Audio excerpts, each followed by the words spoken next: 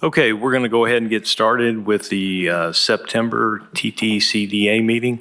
Do apologize that we don't have the front screen working. If for any reason, we do have the one screen here. If you need to get a view of that for some reason, feel free to, move around and come over if you need to. But all that being said, we'll get started. We do have a quorum. So you were given the approval of the minutes. Motion to approve. We have a motion and a second. All in favor? Aye. Opposed? Motion carries. All right. First up on the list, Benjamin C. Mullins, Frant McConnell Seymour, LLP, is 9-A-24-TOR. If we could get a staff report, please. All right. This is a rezoning request for an 11.66 acre parcel located on the north side of Sherrill Boulevard, east and south sides of Frank Gardner Lane, from Office Park, Technology Park Overlay to CH1 Highway Commercial and Technology Park Overlay. Note that the subject property was part of the former Scripps Network complex. Now that Scripps has sold the properties and no longer inhabits the buildings, the properties are subject to individual development. The surrounding area consists of various uses, including commercial and office, with a church and a cemetery nearby. Adjacent to the north of the property is the Dead Horse Lake Golf Course. To the east is the Fort Sanders Medical Center. The subject property is in the mixed-use Dead Horse Lake Special Use District in the city's one-year plan and the Northwest County Sector Plan, which recommends the MUCC Mixed Use Community Center Land Use Classification. The CH1 district is a district that can be considered in the MUCC land use type. Since the early 2000s, the majority of rezonings in the surrounding area have been to commercial zones such as highway commercial, general commercial, and planned commercial, reflecting a consistent trend in development, in commercial development in this area along the I-40 corridor. The rezoning complies with the General Plan's Development Policy 9.10 to encourage commercial and office development that improves the form and function of traditional strip development. The Ttcda design guidelines are intended to maintain overall visual quality and continuity within the corridor to achieve functional, aesthetic, and visual unity. Staff recommends approving the CH1 Highway Commercial District because it is consistent with the development of the surrounding area and the City of Knoxville one-year plan. The TO1 district would be retained. All right. Any questions for staff? All right. Do we have anybody here for or against? Please give us your name and your address. Jen Mullins, 550 West Main Street, here for the. There we go. Can you hear me now? Good. Usually don't have the problem people not hearing me. Ben Mullins, 550 West Main Street, here for the applicant. I appreciate the staff's report. We think that with it no longer being a unified office park development with Scripps, I think there's another similar application later on that this, transitioning to CH would make a lot more sense. And this particular parcel isn't really even developed. I mean, there's a small building on there now, but it's right. It kind of wraps around Brown Squirrel Furniture. That's the CA that you see there, and then Frank Gardner kind of goes around to the where the existing office building for Scripps is. But we believe that the CH zoning would open up a lot more potential uses for this piece of property and really put it something that has not been developed to good use. So we'd appreciate you following staff's recommendation. All right. Thanks, Ben. Any questions or comments? All right. I'll entertain a motion. I'll make a motion to approve per staff recommendation. Second. We have a motion and a second. All in favor? Aye. Opposed? Motion carries. Thank you. Thank you. Before we go on to the next one, if for some reason anyone in the audience, you can actually view everything that we're showing on our screen on ctv.org. If you would like to follow along there, you can. All right. Next up, Gregory D., which is 9-B-24-TOR. Can we get a staff report, please? All right, this is a request to rezone a 2.12 acre parcel located on the north side of Solway Road, east side of George Light Road, from planned residential up to 3 dwelling units an acre, agricultural, technology overlay, and floodway, to planned residential up to 2 dwelling units an acre with the TO and floodway zones retained. Staff has amended their recommendation to an alternative density of 1.5 dwelling units an acre, and revised staff reports have been provided. The surrounding area is predominantly residential in nature with undeveloped forested and agricultural land nearby. Development in the area has gradually shifted from undeveloped agricultural lands to residential uses since 2003. One moment.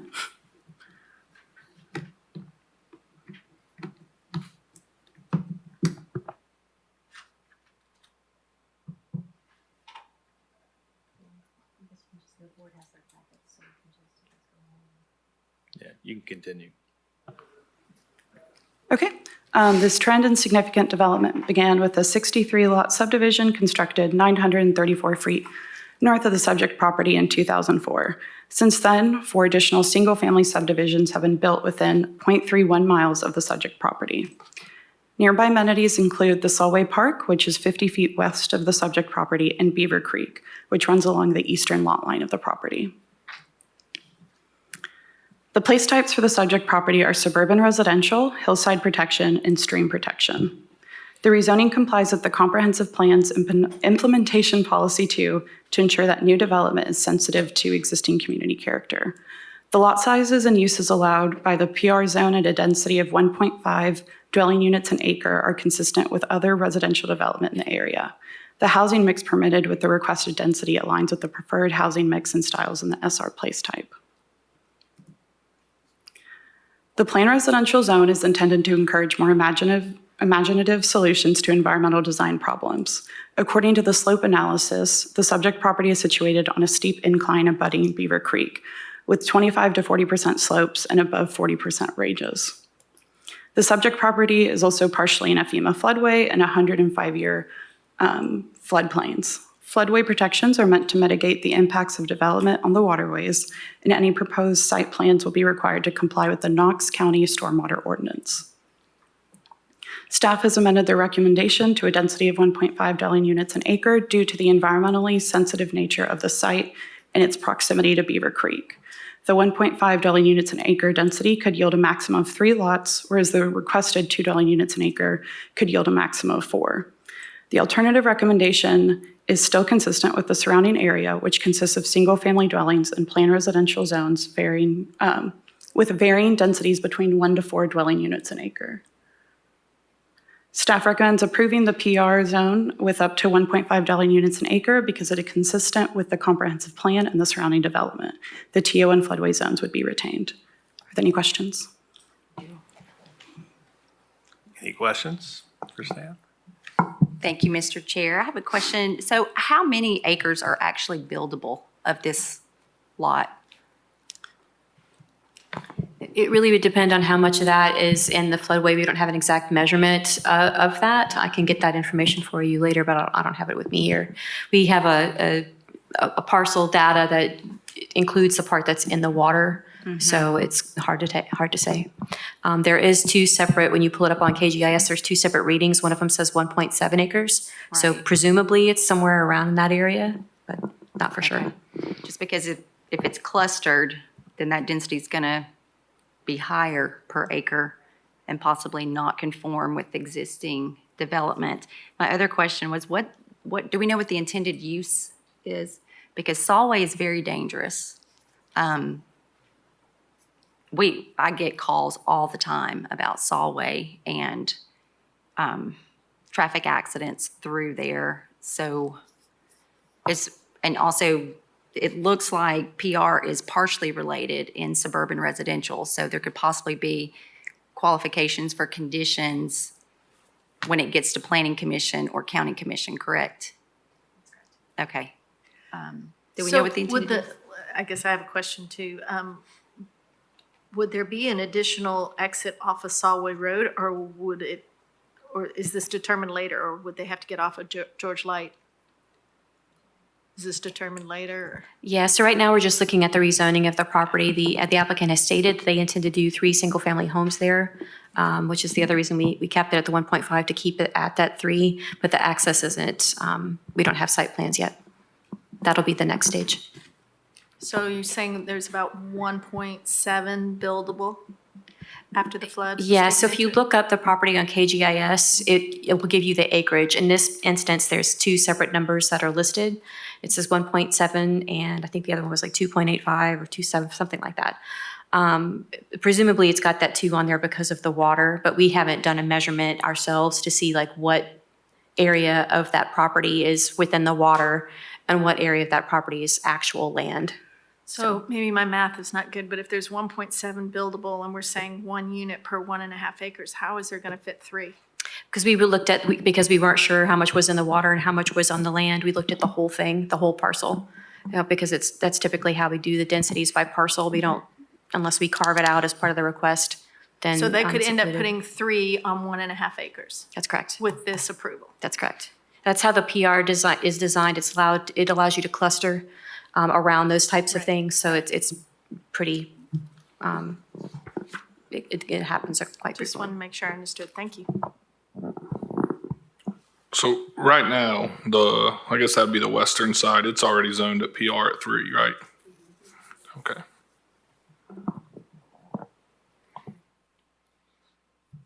All right. Other questions, comments? Is there anyone here to speak for or against? All right.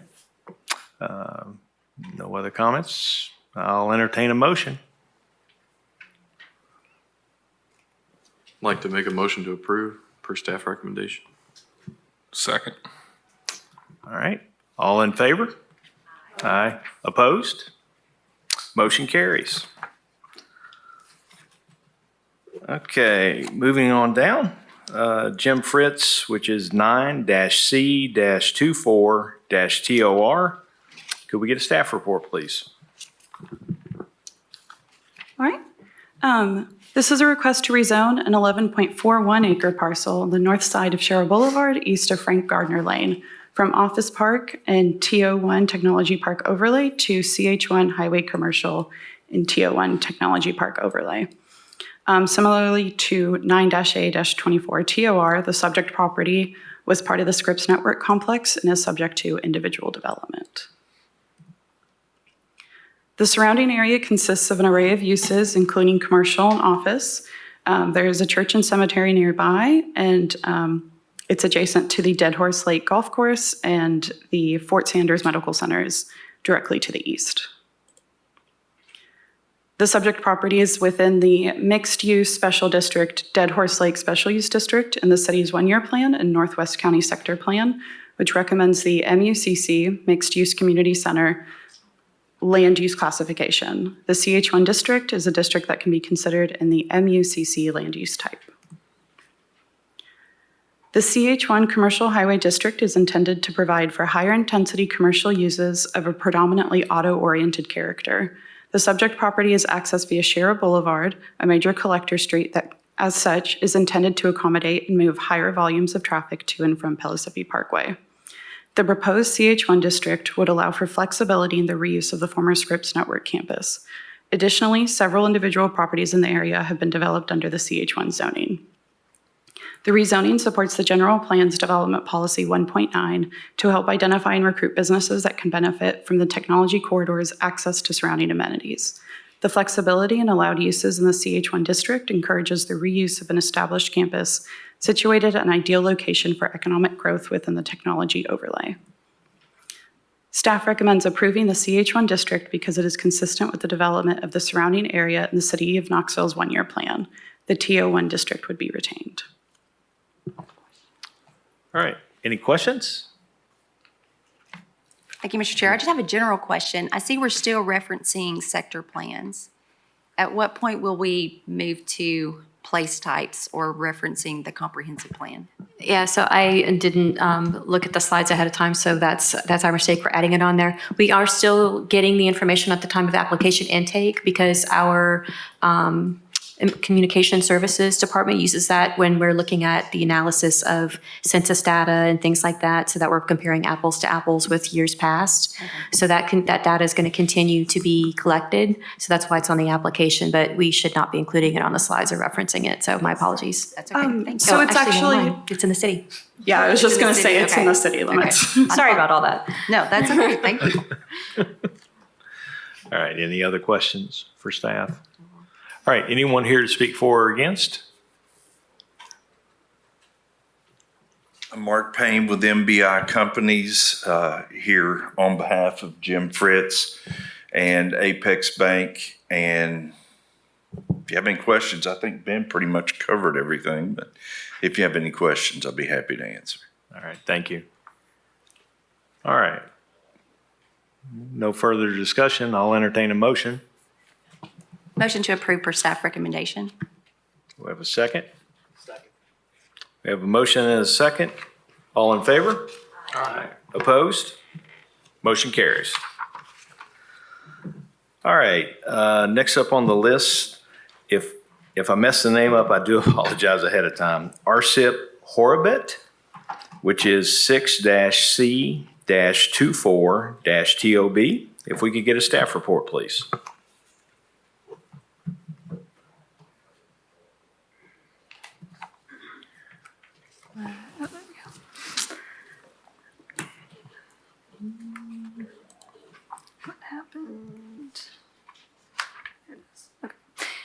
So this is a request for an 85-lot subdivision that will be accessed off of Bob Gray Road, Pellissippi Parkway borders to the east. This is a request for a building permit for an attached residential subdivision. There will be 7 waiver requests. The property is zoned planned residential with a density of up to 10 dwelling units an acre, subject to 4 conditions: providing a type C landscape buffer, providing a 35-foot peripheral boundary along the western and southern property lines, completing a traffic study, and providing a right-of-way stub out to Parkway Heights subdivision for a future connection to Blinken Street to the south. Since this property is within the TO overlay, it must meet the Tennessee Technology Corridor Development Authority guidelines for development plan approval. The applicant is proposing to subdivide this 9.87 acre tract into 85 lots with attached houses at Bob Gray Road. The development will yield a density of 8.6 dwelling units an acre. The proposed subdivision would have public and private streets.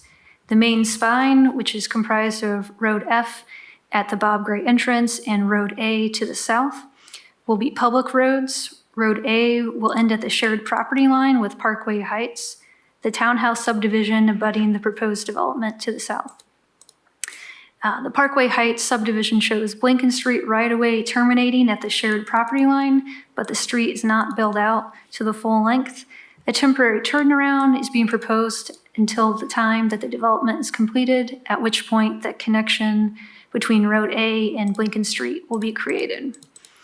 The right-of-way stub-out is a condition of the rezoning. It's in recognition of the fact that Parkway Heights only access is via Pellissippi Parkway. TDOT has stated they would be in favor of closing the street connection to Pellissippi Parkway upon development of this property.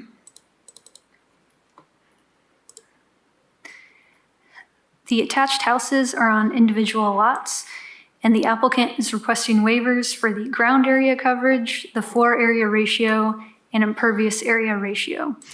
These guidelines were created initially for office and business parks. When medium-density residential developments were added in 2011, townhome developments on individual lots were not considered. The PR zone allows clustering on the property in order to concentrate development in the less environmentally sensitive areas. When looking at the property as a whole, the ground area coverage is 18.70%, the floor area ratio is 35%, and the impervious area ratio is 41.54%. So in this case, only the FAR is out of compliance with the guidelines at 35% up from 30. These guidelines were written to require a low FAR to keep industrial, commercial, and multifamily buildings from blocking ridge views and include more open space in developments. So in this case, the townhomes have a maximum height of 35 feet, which is similar to the residential zoning in the area. Therefore, staff will support the waivers for the ground area coverage from 25% to 48.3%, the floor area ratio from 30% to 98.6%, and the impervious area ratio from 70% to 71.9%. The townhouses are 2 stories with 1,770 square feet of floor area. The exterior is mostly brick with some board and batten siding on the second floor. The units are 2 and 3 bedrooms with covered front porches and concrete back patios. The conditions of the rezoning require a Type C landscape screen along the western and southern property lines. This is a landscape buffer with a minimum width of 8 feet. This is not a fully screening landscape buffer, so staff is requiring a Type B landscape buffer with a minimum width of 12 feet along the western property line. That Type B screen is typical recommendation between different housing types. The parking lot will be required to have 2 canopy trees and shrubbery per the landscape guidelines. The preservation of the mature trees on the northern end of the property and entrance satisfies the rest of the landscaping guidelines. The landscaping guidelines for round buildings do not require waivers. They will not be applied to these townhomes since they're on individual lots, and the residents will be able to create their own landscaping plan. So the applicant is also requesting a waiver for the 100-foot setback adjacent to residential. This setback was created prior to medium residential development inclusion in the guidelines, and it's appropriate when commercial or industrial development is adjacent to residential. Since these townhomes are on similar scale as single-family homes, staff will support this waiver. Additionally, there's a 35-foot peripheral setback and landscape screening which has been provided.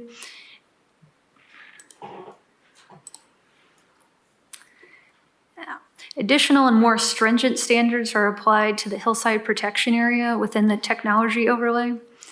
The slope analysis determines how much land can be disturbed within the HP area and is used as a guideline during development plan review, but has not been enforced as part of the zoning ordinance in the county. So the application of the HP disturbance letters is also considered exempt when the site has been previously disturbed. For this property, the slope analysis recommends disturbing 1.2 acres of the 2.56 acres. There are 7 townhomes as well as the entrance road within the HP area. In the case of the guidelines, the applicant is requesting a waiver to go over the land disturbance budget of 1.2 acres to 1.67 acres. Staff supports the waiver because the entrance is off of Bob Gray Road, which will also be re-landscaped. Most of the slopes, over 25%, were previously created when a driveway was cut from the Bob Gray Road, rendering it previously disturbed. The applicant is also requesting a waiver to the hillside and ridgetop protection guidelines on slopes 15 to 24.99% to go above the 50% maximum land disturbance to 64%. The plan will disturb 1.2 acres or 65% of the hillside protection area on these slopes. So staff is supporting this waiver because most of the land disturbance over the budget is to accommodate the road access from Bob Gray Road. And the last waiver request is to allow more than 1 building within the hillside protection area. Medium density residential shall not exceed 5,000 square feet per building per 2 acres. So for this 2.56 acre site, the applicant can have 1 building and a building footprint of 6,400 square feet. So 7 townhomes are located within this area, but only at the footprint of 6,222 square feet. So limiting the number of buildings makes the most sense when the development has larger but fewer multi-story structures. So when looking at the site as a whole, only 7 buildings out of 85 or 8.2% of structures are within the hillside protection area. The HP area also has their own ground area coverage, FAR, and impervious area ratio standards, which are more stringent, and the development meets those standards. So staff will support the waiver to allow 7 buildings within the HP area from 1. So this is a recap of all the waivers, and that's to increase the ground area coverage from 25% to 4.8 or 48.3% because the townhomes on individual lots distort the ground area coverage of the entire property, which follows the guidelines at 18.7%. To increase the floor area ratio from 30 to 98.6% because townhomes on individual lots are distorting the FAR, which is only 35%, slightly over the maximum of 30. And the buildings will have a maximum height of 35 feet. Increase the impervious area ratio from 70% to 71.9% because townhomes on individual lots distort the impervious area ratio for the entire property, which is only 41.54%. Reduce the 100-foot building setback to 35 feet because these townhomes are on a similar scale as single-family residential homes, and that 35-foot peripheral setback with landscape screening has been provided. To increase the land disturbance within the hillside protection area from 1.2 acres to 1.67 acres in order to accommodate road access. Increase the land disturbance on slopes 15 to 24.99% from 50% to 64% for the same reason, to accommodate road access, and to increase the number of buildings within the hillside protection area from 1 to 7 because the ground area coverage, FAR, and impervious area ratio within the hillside protection area have been met. We're recommending approval for building permit subject to 11 conditions. I've pointed out a few of the conditions that are specific to this property: providing a right-of-way stub out at the southern terminus of Road A at the end of the property line, which aligns with the right-of-way of the adjoining subdivision, implementing the transportation impact study recommendations, entering into an MOU with Knox County for any offside road improvements, certifying site distance at Bob Gray Road in both directions. The maximum height for the buildings will be 35 feet, and obtaining planning commission approval for development plans. So. It's a lot. So, any questions for staff?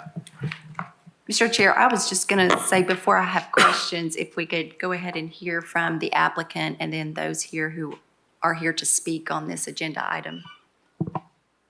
If we don't have any other questions.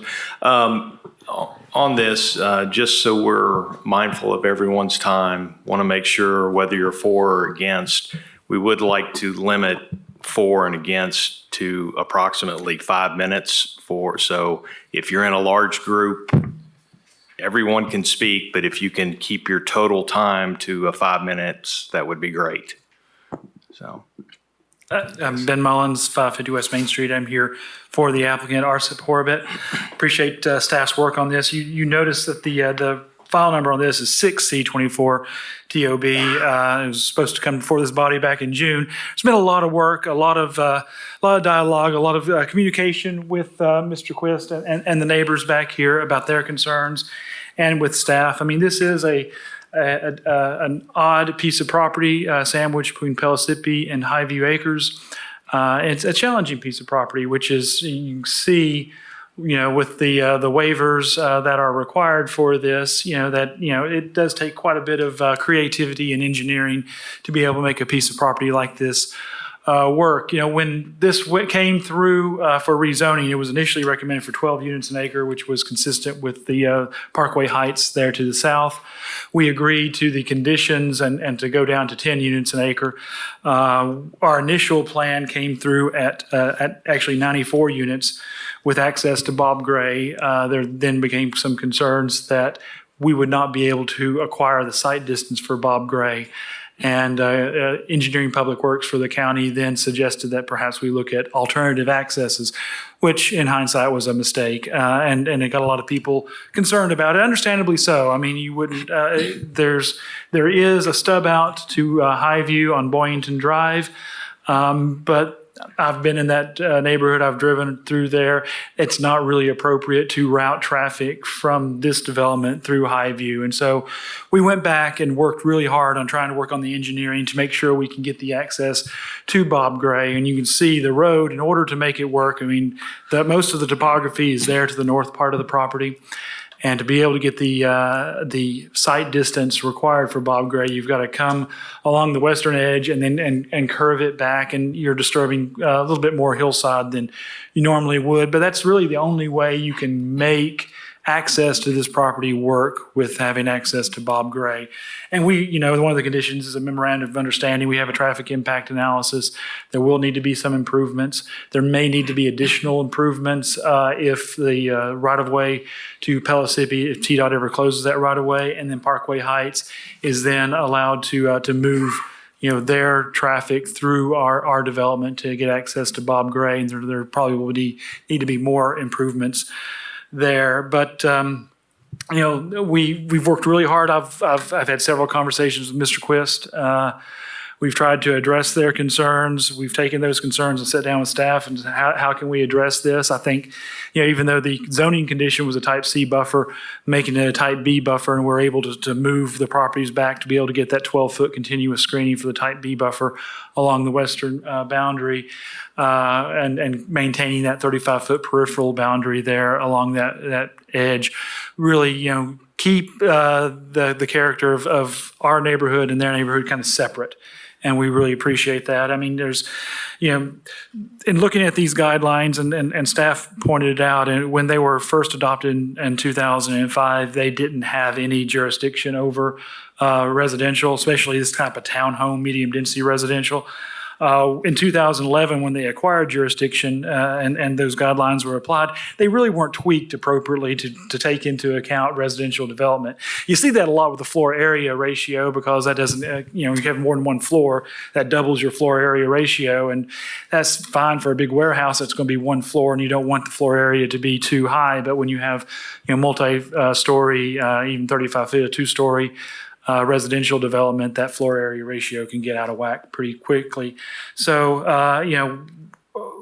we think that, with staff's recommendations, with the conditions, it really meets the intent of the Ttcda guidelines. The waivers are appropriate. They're very consistent with waivers that have been adopted and applied in the past to other similar residential developments.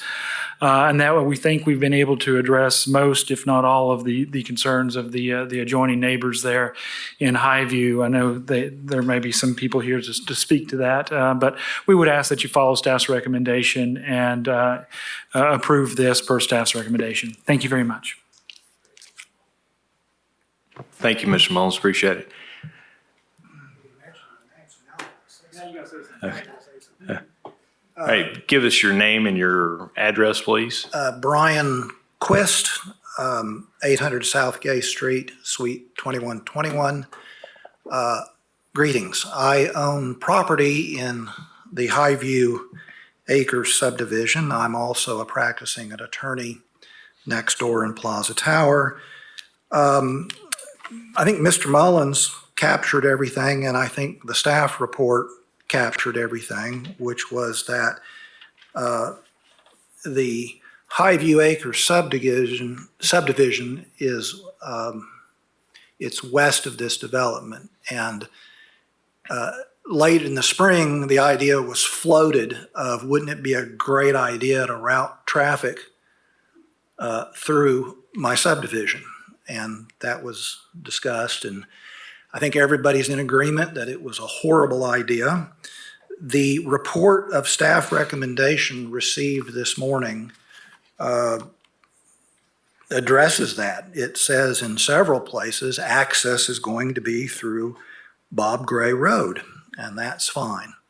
That's what we wanted to hear, and we heard it from staff. We heard it from Mr. Mullins on behalf of the developer, and so that's probably all I've got to say, which is thank you to Mr. Mullins for working with engineering so that his development can access Bob Gray Road and not through my subdivision, and to thank you. And so with that, I would support this body's approval of Mr. Mullins' request. I've been asked to speak for many people, but perhaps not all. I don't know if anyone else who is here with my group would like to say something, but hopefully there's a minute or two left. Thank you. Appreciate it. Is there anyone else that would like to speak? Okay. Any questions from the commissioners? Yes, Commissioner Frazier. Thank you, Mr. Chair. Just a couple of comments. So I want to thank everyone. I want to thank Mr. Mullins. I want to thank the community members, Mr. Quist. I was there that evening when the community meeting was held to discuss the potential of not acquiring the site distance and considering other options. And some of us barely made it out with our lives. This is really great to see everything coming together because we all had concerns. The district commissioner, she had another meeting. She wanted me to let you know that she would have been here, but this is how this should happen. The community comes together. Their concerns are taken seriously by not only the county, but also the applicant, which I feel like that was done. And I really just wanted to make that comment that, I'm pleased with the outcome. I do want to just make sure I say it on the record. We will not be accessing any adjacent neighborhoods, period. I do want to ask a question about the engineering report. It did say that if or when Parkway Heights access is closed to Pellissippi, another turn lane would be needed on Bob Gray. Just wanted to ask the question. I guess that will eventually fall on the county to put that turn lane in if TDOT decides to close that access, correct? Okay, that's what I thought. It also talked about there are public and private streets as a part of this plan. Mr. Mullins, can you tell me what's public? Because that's what I'll be responsible for paving.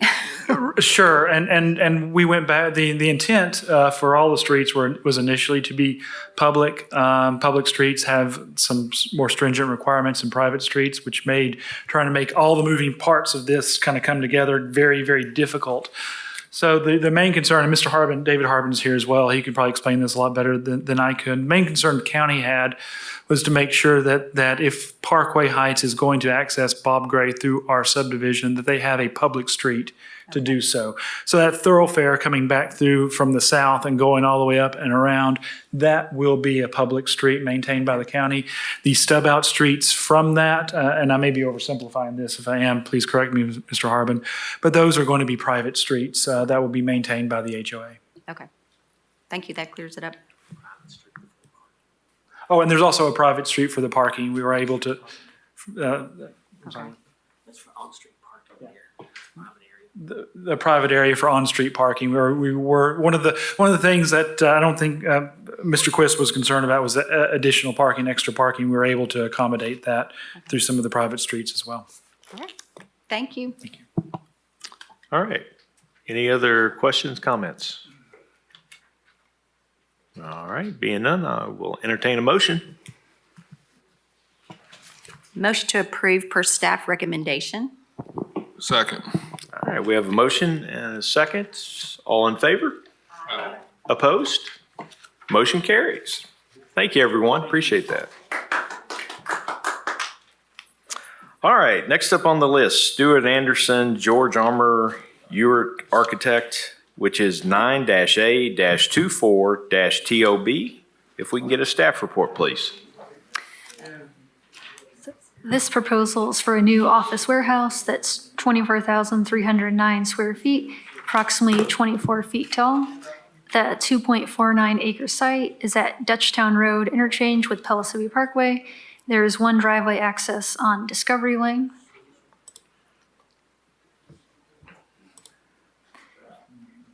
The zoning on this property is planned commercial with a technology overlay. In general, the uses permitted in the PC zone include office, commercial, and light distribution centers. The office warehouse proposal is consistent with the intent of the PC zone. The lot has frontage along 3 sides and has driveway access off of Discovery Lane. The building is oriented so that the front entrance faces Dutchtown Road, and the rear of the building, where the loading docks are located, faces Pellissippi Parkway. The minimum parking required is 22 spaces, and the maximum is 33 spaces. The applicant is requesting a waiver for 42 spaces, citing the large site of the building and that any future tenant would need more parking. The parking guideline above the minimum number of spaces allowed may be permitted if the parking surface is pervious or structured parking is used.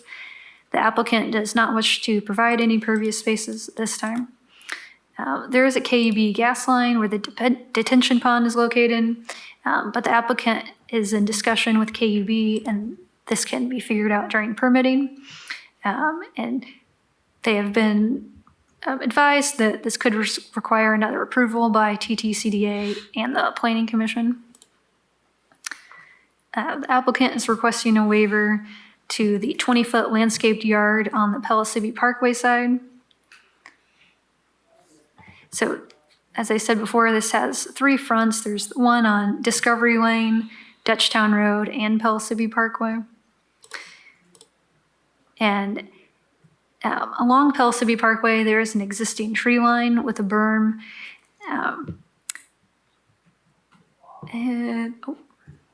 And other than that, all the other landscape guidelines have been met. The office warehouse building will be 1 story and is approximately 24 feet tall. The proposed materials consist of dark gray brick veneer and white and gray alternating metal paneling. This is compatible with the other brick buildings in the business park. The roof is a silver standing seam metal roof. The Dutchtown Road elevation has the main entrance centered just off to the west and has an aluminum storefront window system with white frame and gray tinted windows. The Discovery Lane entrance has an entrance on the far east and with Fox recessed windows with a smooth plaster finish inset light gray aluminum window sill to look like the Dutchtown entrance. Both entrances will have white aluminum canopies. All the lights are fully cut off with a dark finish. The lighting plan meets all the Ttcda guidelines for lighting intensity. And no signage has been provided at this time. Any future signage would be reviewed by this board. So staff recommends the following actions for the waivers: to waive the 20-foot landscaped yard on the east side fronting Pellissippi Parkway because of the existing berm and tree line and along the Pellissippi Parkway right-of-way, to exceed the maximum number of parking spaces if pervious pavement is used. And staff recommends the COA request for a building permit subject to 5 conditions, the 2 pertaining to this property, resolving the location of the KUB utility lines prior to issuance of a grading permit, and obtaining planning commission approval. All right, any questions for staff? All right, is there anyone here to speak for or against? Give us your name. There's still a couple people behind you. Sure. Well, one of them's on my team, so I'm not expecting any opposition. If you give us your name and your address, please. Stuart Anderson, 404 Bearden Park Circle. I'm with George Armour Ewart Architects. Basically, that was a pretty good rundown of the project. The only thing that we do have, some consternation about is the parking situation. The owner, and we've had some conversations about this with the Ttcda staff. We've got some possible tenants that have pretty much told the owner that 33 spaces would not be adequate for what they want to put in this building. Obviously, that's something that's kind of, nothing's been set in stone yet, but he certainly wants that option to be able to present it to possible tenants. And last time, I believe we had some correspondence about this issue. The feedback from the staff was there was some question about whether the spaces that are right in front of the driveway entrance would pose a problem as far as, possible conflicts of someone backing out or someone pulling in. And, the conversation was basically, well, that's something, we'll handle. It's not really all that different from any other place where you've got parking lots where you come in and, there's spaces right there in front of you. As I mentioned, the only thing I had a question about was just this, the pervious paver kind of requirement to get those additional spaces. Because last time we had some correspondence on that I know we had talked about that, but I thought that had been dropped. So I'm just asking about that to see if we can get that taken out. All right, well, thank you. Any questions, comments? I just had a comment. I see that also we were removing the landscape buffer because there's a berm and trees. I was looking at the aerial. I don't really see much of a tree line. Yeah, this is actually from a quick sketch I did that I had sent to your committee. And you see that kind of red outline rectangle in the center that's kind of highlighted. That's kind of the approximate idea of where the building is. And then in front of that, you see a tree line. I don't know how old this photo is, but I imagine it was taken, probably a couple of years ago. And then, of course, beyond that is the burn down to the on-ramp and off-ramp for Ttcda. So basically, what we're saying is that we've already got a pretty good tree line established and getting larger, if anything. And of course, the landform along the on-ramp, off-ramp also provides, screening of that third frontage of the building. It's just kind of a unique site in that respect. Okay, thank you. And I can say the berm is quite tall. There's obviously no building there, so I don't really know how tall it is, but it is significant where you're coming off the ramp. So just to make sure I'm clear, I can see a bunch of trees beyond the Kind of berm. But does it look like some trees come down behind it or beside it? Is that also trees there? Yes, less Okay. mature. The pointer's not working, so sorry. Yes, so that's where they're talking about that kind of meets the requirement for landscaping or helps us to override that. Yes, that this is Pellissippi's right away, so I don't know Yeah. what it would look like eventually, but I was just trying to see if those are little bushes or trees, it's kind of hard to tell.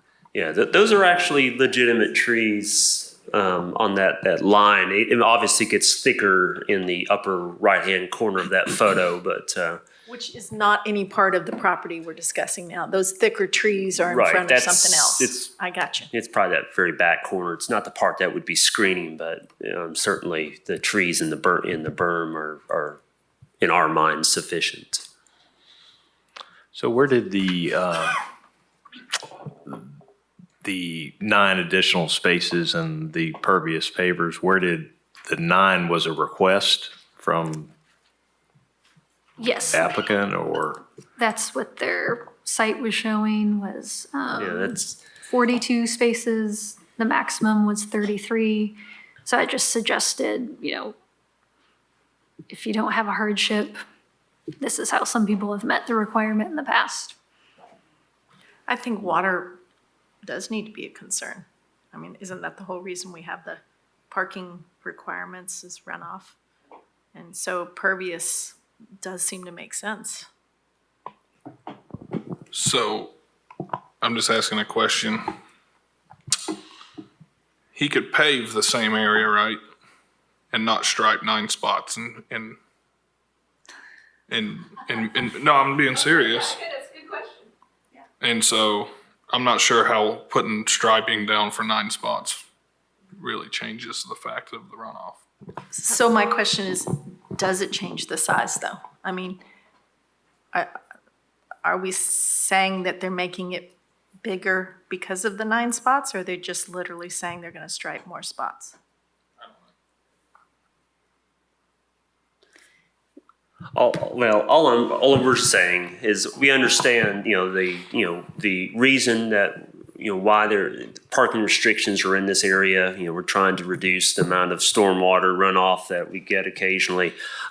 We feel like we're able to, to address that with the 42 spaces that we'd like to have on the spot, on the site. The civil engineer is here if you want to maybe chime in, maybe help me out here, buddy. This is getting out of my area of expertise. Will Robinson, 1248 North Shorewood Lane, Caryville, Tennessee. I'm the civil engineer on this project now that I've been thrown under the bus. Yeah, it really, when we start talking about 9 parking spaces, putting pervious pavement for those, when that's, 1-2% of the entire impervious area of the property, it's an expense, an inconvenience, and a long-term maintenance that we're kind of burdening this owner with. And I mean, like Commissioner Hickey's pointed out, if I boxed out 9 parking spaces and showed hatching, we'd be fine. So we're just politely requesting that, our owner isn't burdened with having to build pervious parking spaces for the 9 spaces that his tenants really need for this use. So that's it. And if you got any questions, I'm happy to answer. I guess I do, because I didn't understand that it was just the 9 spaces that would be pervious cover. Were we not? It is. Just the amount that Just goes the additional above. that goes over. Mm-hmm. And we do have a detention pond. We've got a water quality unit. We'll do everything compliant with Knox County's drainage ordinance. And would it be sized to handle all 42 spaces? Yeah, even if we had to do the pervious pavements, I wouldn't change the size of the pond. So I guess, so we are talking about additional square footage of parking. Because I guess I still don't feel like that question's been answered. Are we talking the exact same amount of ground space that is being used for parking regardless of the number of parking spaces? That's my question. I think the answer is no. It sounds like to me by right, they have the ability to have as much, I don't know how much more pavement you could have, but you could at least have the 9 extra spaces, not stripe them, and we would not have to give them any type of waiver. So just the striping is the problem, not the amount of. At this point, that's what it sounds like to me. Yeah, it could be part of a drive aisle or just part of the regular vehicular movement spaces on there, and it wouldn't be regulated. So it's just the fact that it's a space that makes it regulated. So it's not necessarily geared towards just the impervious surface. I think it's just kind of that guideline is meant to be, to kind of keep it from being a sea of parking that's not used, and it's just this, underutilized parking space, or huge parking lot. But I will also say that 1.7.1 of the guidelines requires for projects to meet the Knox County or City of Knoxville zoning ordinance, which this does.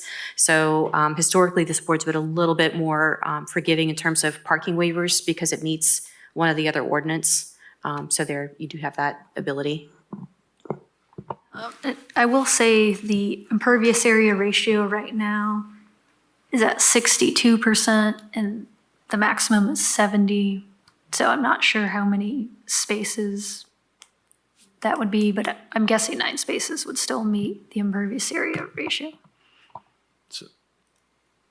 Well, then I have to agree with Ryan. If it's this amount of impervious area is the same, what difference does it make whether the stripes are there or not? Well, I would even say at this point, though, whenever Knox County also looks at it, they would look at it from an impervious standpoint as far as their guidelines and everything else. And if we stay 70% is the guideline, it would pass as.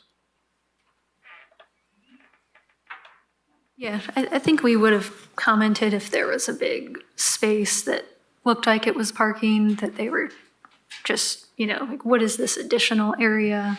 If it's not being used in the turning template, why is it here? Yeah. So- To me, it really comes down to it's an issue of, a maximum percentage of impervious areas. And, we could have, a larger building, say, we're looking at about 1,500 extra square feet of parking spaces. We could have easily made this building 10,000 feet larger, and that would have been much more impervious area.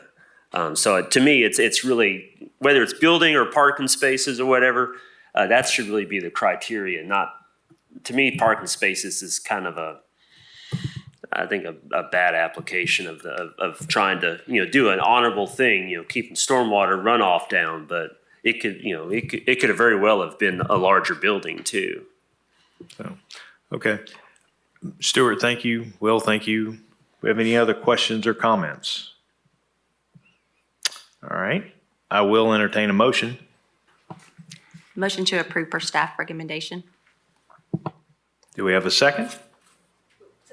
Staff recommendation is with the pervious pavement, so. All right. So we never had a second, so we're good. I'll make a motion to approve per staff recommendation with deleting the requirement for impervious Yes. covering, ground covering for the parking spaces. Second. All right. We have a motion and a second. Any questions? All right. All in favor? Opposed? Motion carries. All right. Thank you very much. All right. Thank you. Good night.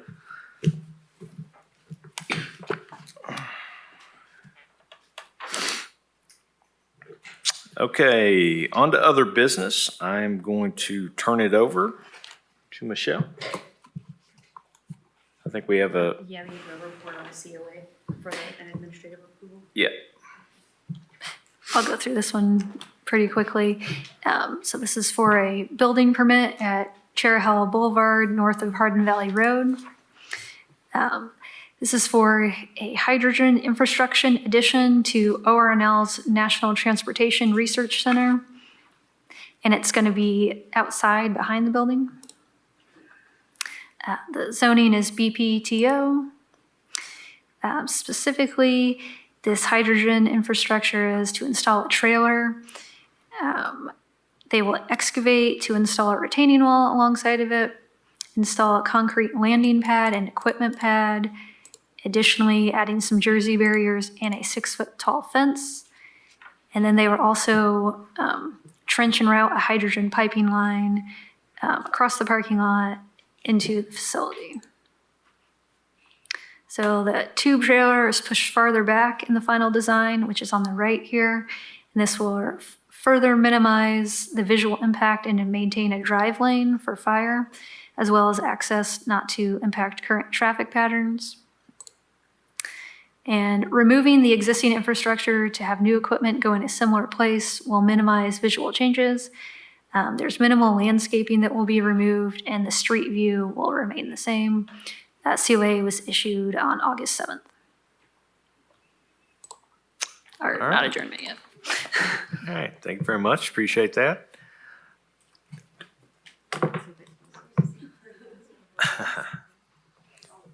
Okay, so that concludes the majority of our business today until we get to the annual report. So if you can provide the annual report, that would be fantastic. It's a beautiful picture. Thank you. I'm trying to get it to extend, but it's not wanting to.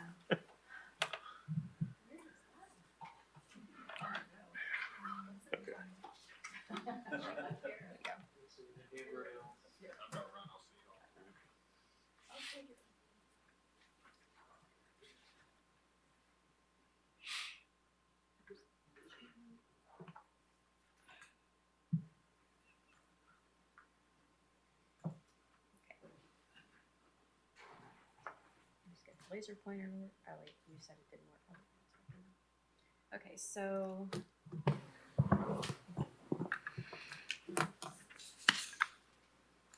I guess our first order of business is to elect a new chair. And then we'll elect a vice chair and secretary. And then from there, we'll look at the fees and deadlines. And then I'll present the annual report.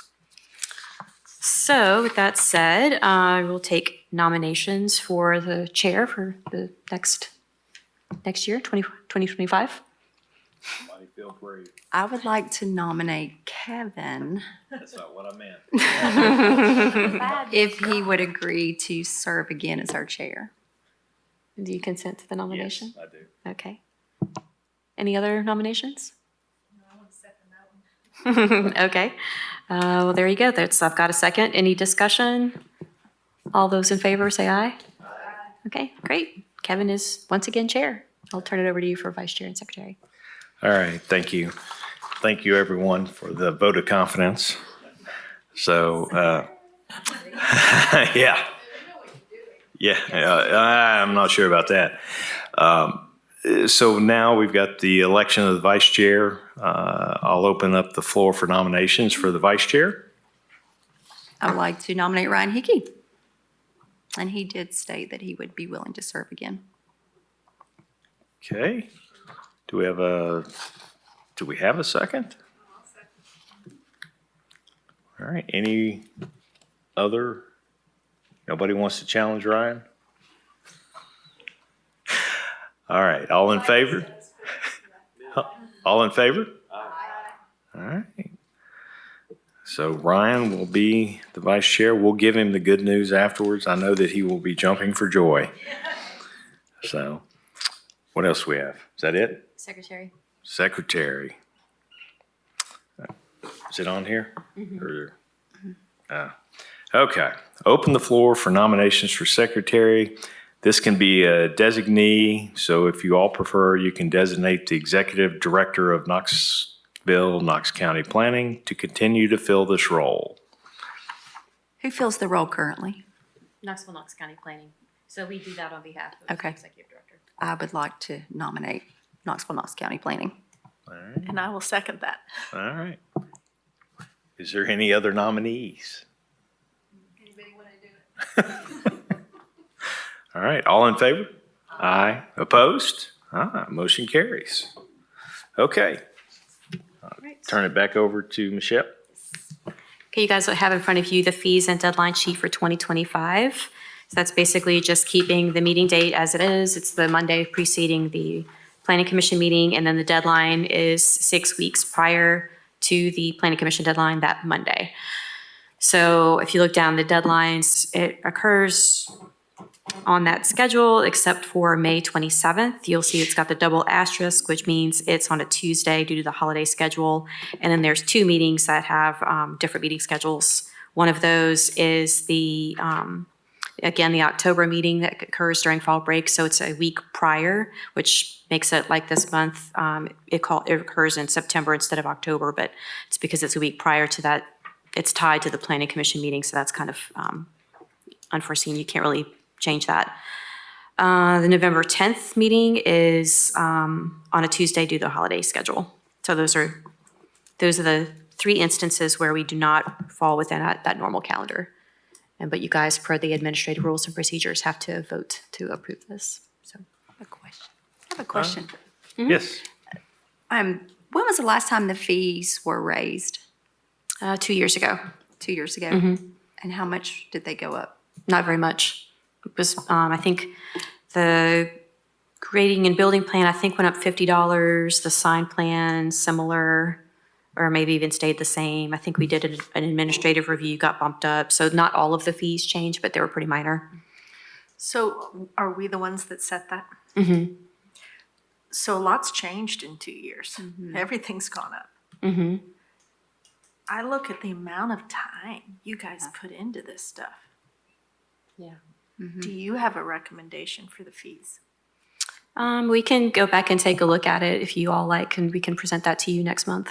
I was going to ask if you could possibly look at other planning commission across the state and just give us, some averages, like market value. Sure. Yeah, so because we're a state-run board, it's a little bit different, but we can definitely look at some of the smaller boards. So it won't be necessarily apples to apples, but we can certainly look at that. Yeah, thank you. Okay, so we could postpone it for 30 days. Sure. I'll make a motion that we postpone the voting of the schedule of fees until the next meeting where we can get some more information. All right, all in favor? Opposed? Motion carries.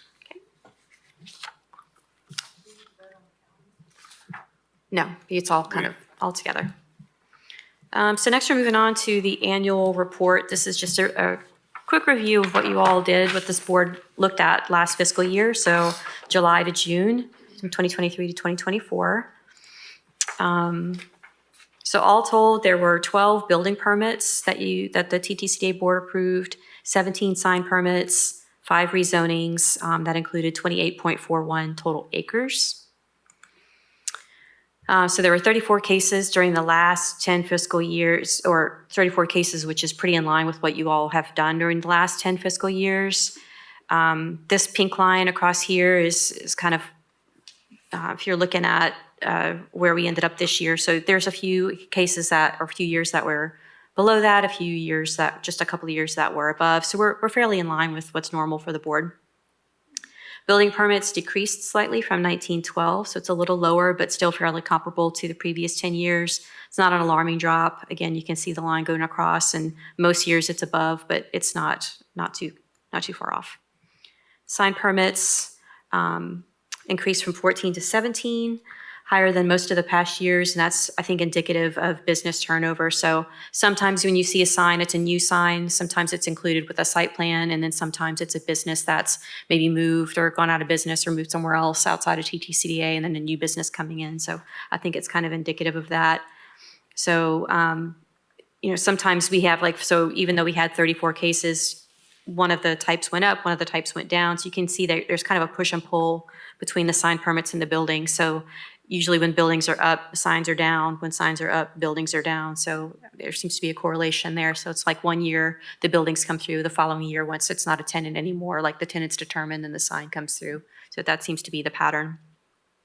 Rezonings increased from 3 to 4 cases. 5 is the average that's heard. And then this one isn't in your on the pamphlet or the brochure. It just doesn't really fit very well. So it's basically looking at the approved building square footage since the Ttcda began in 1983. So you can see it kind of got off to a modest start, and it kind of got a bump around the early 2000s. And then, of course, you see the gap where the Great Recession hit in here and then down through here. These 2 years are when the demand for multifamily hit. So you see that spike in approved square footage, which is really out of alignment with the rest. And it's because of that multifamily kind of pushing that square footage. Because if you think about it, multifamily buildings tend to be multiple buildings on the site, all 3 or 4 stories, which is going to, of course, compound that square footage. And then looking over the last 20 years, it kind of puts it in a little bit more relief. Again, the Great Recession through here. So again, that spike from 2019 to 2009, gosh, I can't talk today, to 2016, there was less square footage approved due to that. But overall, the development in the quarter has rebounded to pre-Great Recession numbers. So to kind of normalize the number, there was approximately 300 square feet approved if you didn't look at the square footage and you just looked at the footprint of all the buildings. So kind of taking that multifamily, multi-level building out of the equation, and that's that pink line that comes across. So a little bit below some of previous years, a little bit above others. So kind of, I say fairly average. And then looking at the approved square footage by building type, no surprise, multifamily residential took the highest number with 77.68% of the cases. Following that was institutional in second place that had 14.85% with almost 83,000 square feet. This is also a pretty large number because these are large buildings. One of them is a memory care facility. The other is a university, which again has that multi-floor situation. Commercial came in third place with 8.4% with almost 47,000 square feet. So interestingly, commercial permits were the highest number of requests, but then third in place of square footage. This is because typically it's on a smaller property, smaller buildings, so that's why you see that. And then the other interesting trend is that office warehouse and light industrial in years past tended to take up a higher percentage of what this board looked at. A lot of office warehouses, a lot of institutional industrial uses, those kinds of things. And so in recent years, because office has been on the decline ever since COVID, we're seeing that bump in multifamily and commercial instead. So you're kind of seeing all that play out in your numbers here. But that's it. So if you have any questions on that, I'm happy to expand. Just a comment, I was saying before, Michelle, I think you came in, you all do such a tremendous job pulling together all of this information. And Thank you. I read it in advance, I'm like, I'm so confused. Oh, When you guys say it, because you're pointing and stuff, it helps. oh, good. I'm glad. I'm always so impressed when you all put out the summary reports. They're very useful, they're very insightful, and I know y'all put a ton of work into it, and it really is a testament to the great staff that we have. So thank you. Thank you. I'll share that with the team. All right, anything else to share? That's it. All right, just officially for the record, I would like to say thank you to all the commissioners for everything, for being here to serve. That is fantastic. And also for the staff, because you don't get thanked enough. Thank you for everything that you guys have done. So really do appreciate it. All right, if we don't have anything else, we are adjourned.